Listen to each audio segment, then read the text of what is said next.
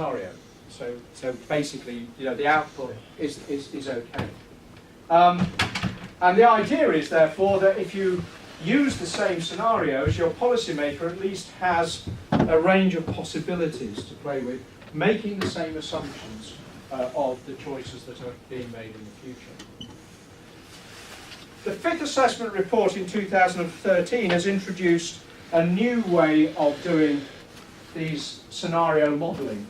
Instead of going through all this assumptions about do we go down this route, do we go down that route, what they've done is sort of forget, in a sense, the worrying about do we go from 10 to 20% renewable, do we possibly have more intelligent people or less intelligent people, do we have more? What they've done is go straight to radiative forcing. And they've said, look, we're going to increase radiative forcing, whatever we do. Whichever scenario we follow,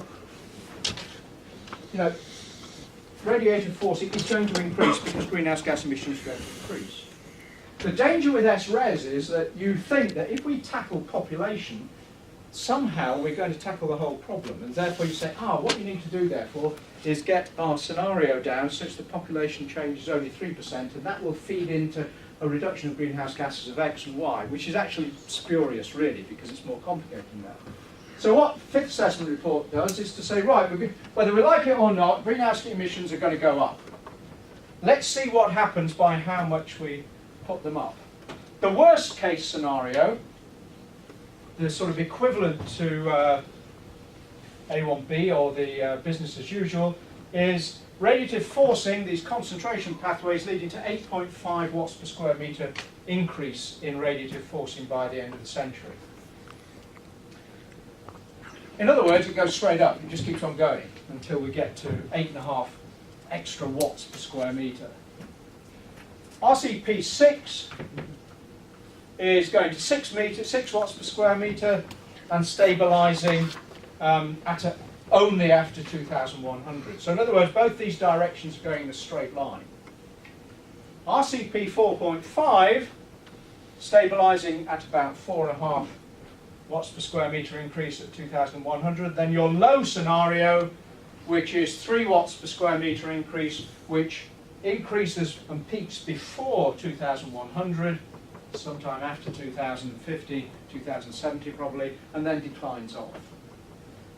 So in one sense, they're taking a much more worst case scenario, but they're in a sense being more realistic and saying that rather than worry about trying to get too many sophisticated models of global scenarios of human behaviour, it is clear that the human behaviour is going to be in these sorts of ranges. And therefore these are the ones we should be using.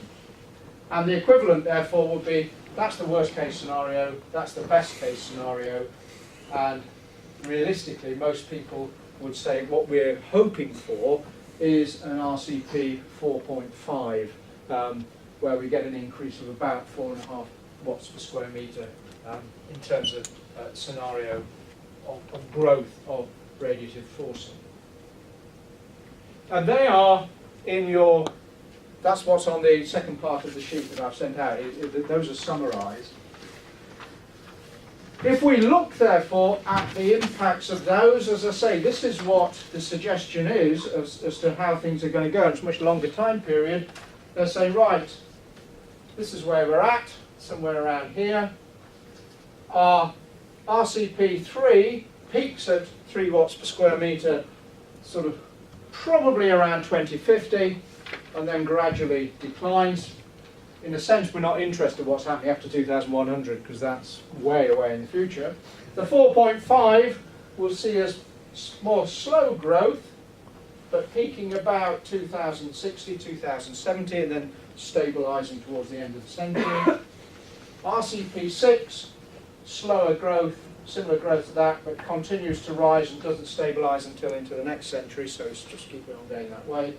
8.5 watts per square metre just continues, if anything, on its same very steep proposal, and probably doesn't stabilise for another century after that. So the crucial bit is this bit in here, because that obviously is the bit that we're actually looking at. Now what happens therefore is the IPCC, or the modelers rather, will take on board whichever scenario they want and will produce, and this is a classic temperature change map that you get from a model, any model. I'm not sure which model this is that's